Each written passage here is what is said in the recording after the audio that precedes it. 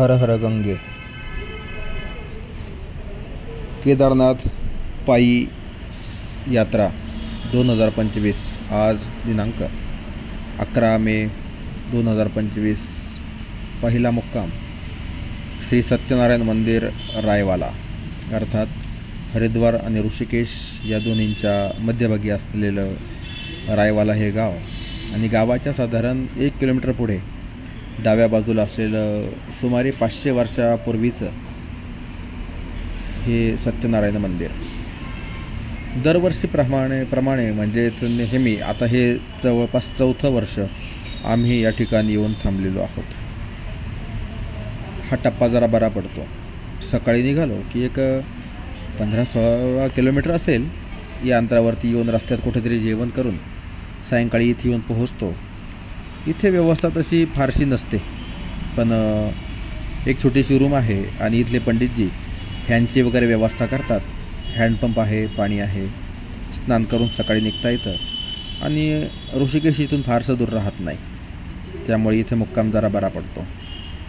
नेहमीप्रमाणेच देवपुरा आश्रमातून पहाटे 5:30-6ला आम्ही निघालो. सगळे वेळेत आले.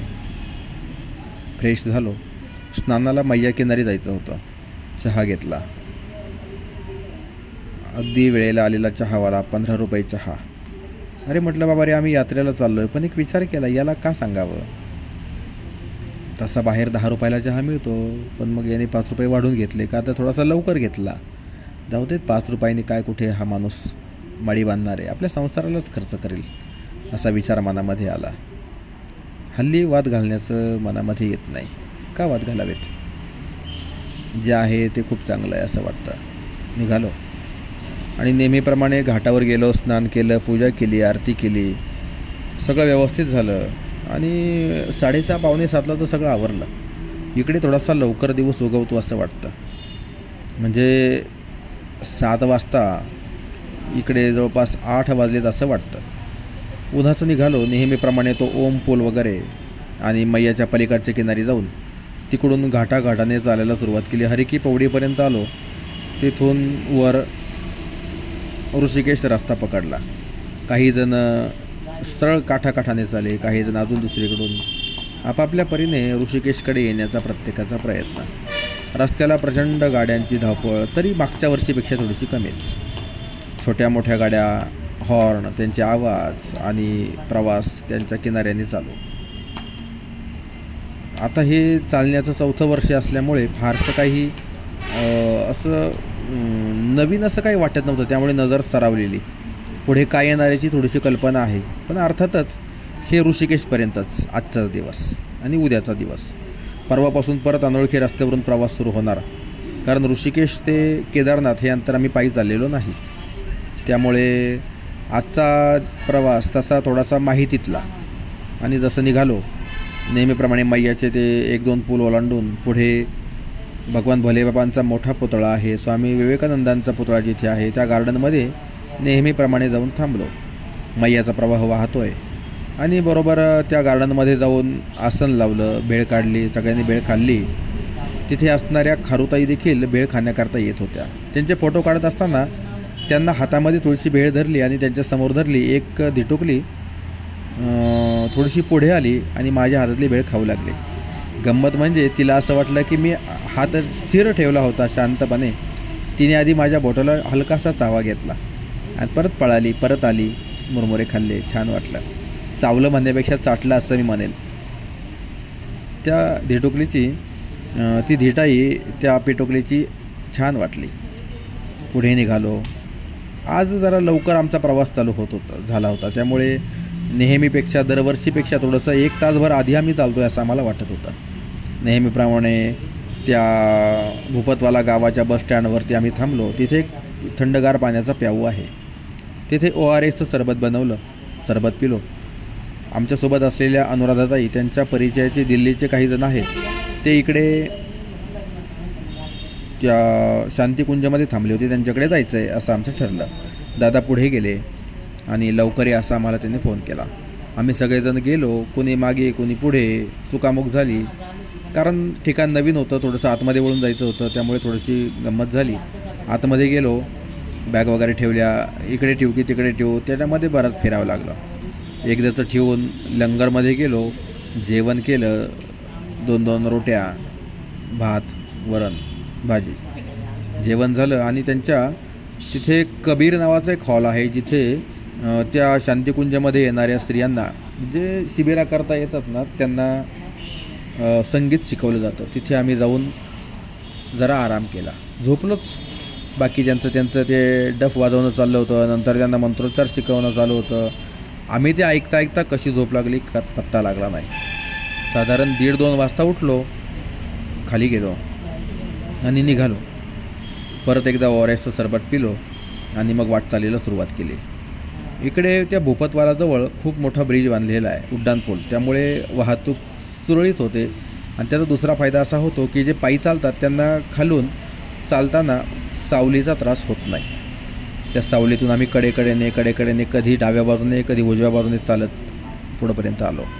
नेहमी ज्या ठिकाणी आम्ही थांबत असतो तिथे जरा वेळ थांबलो, काकडी वगैरे घेतली, खाल्ली, रमतगमत चाललो होतो. आजचा टप्पा काही जास्त दूर नव्हता. तिथे थांबून पुढे निघालो.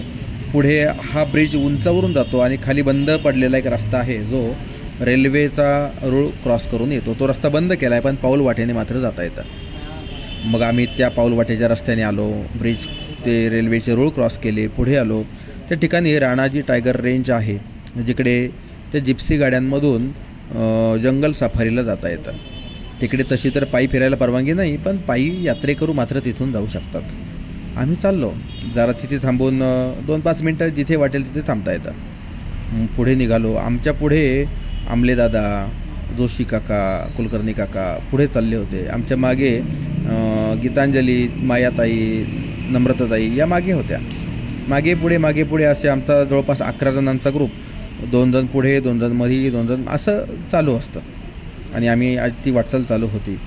गीतांजलीन त्या मागे एका ठिकाणी बसले. आम्ही पुढे आलो त्यावेळेला त्यांना सांगितलं की लवकर उठा आणि निघून जा, आता हत्ती येण्याची वेळ झालेली आहे. खरं खोटं देव जाणे, पण हत्तींचा वावर मात्र इकडे आहे हे खरं आहे. अर्थात ते माणसांमध्ये कितपत येत असतील, या गाड्यांच्या आवाजाने, हॉर्नमुळे कितपत येत असतील हा देखील प्रश्नच आहे. पण निवांत वेळेला मात्र कदाचित जात असावेत असा अंदाज करायला हरकत नाही. पुढे आलो, पेट्रोल पंपाजवळ पाणी पिलो आणि पुढे मग रायवाला नावाचं गाव येतं. गावातून 1 किलोमीटर पुढे हे असणारं मंदिर, या ठिकाणी सत्यनारायण प्रभूंचं असणारं जुनं विग्रह आहे, लक्ष्मीनारायण यांचा. इथल्या काका आणि काकू, इथले जे पुजारी आहेत त्यांच्याकडे थोडासा वशिला लावून आम्ही येथे थांबत असतो. त्यांनी आम्हाला पहिल्यांदा काही ओळख दिली नाही, नेहमीप्रमाणे ते काय आम्हाला ओळखत नाही, पण गीतांजलीला मात्र ते ओळखतात. त्याचं कारण गीतांजली कशी चालते ह्या त्या काकींना विशेष औत्सुक्य वाटतं. आणि म्हणून आम्ही त्यांच्याशी बोललो नाही, बोलायचा प्रयत्न केला, पण त्यांनी आम्हाला रिस्पॉन्स दिला नाही. आम्ही निवांत बसून राहिलो. काकांनाही नमस्कार केला, पण काकांनी काय आमच्याकडे लक्ष दिलं नाही. पण गीतांजली आणि हे बाकीचे आले, मग मात्र त्यांना अगदी भेटले, बोलले त्यांच्याशी. चला, कोणाशी तरी ओळख असली, आनंद आहे. मग त्यांनी आमची व्यवस्था केली, एक फॅन आणून दिला.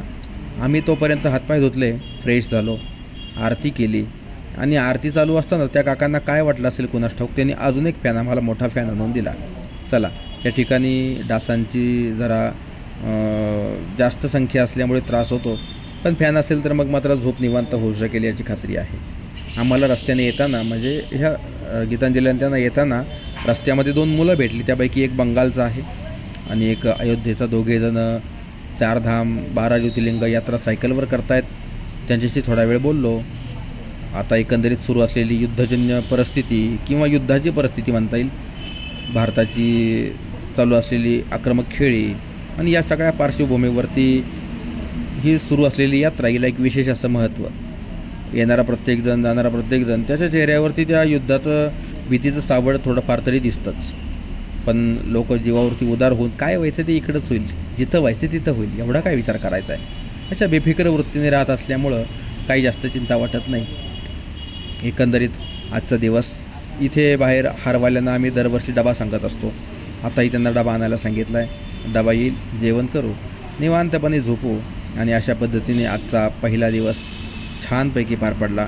इथे आल्यानंतर मला थोडीशी एक मगाशी गंमत जाणवली. इथे मंदिरामध्ये दर्शनाकरता एक परिवार आला होता. त्यांचं छोटीशी मुलगी होती. मुलगी म्हणजे काय 2-3 वर्षांची असेल.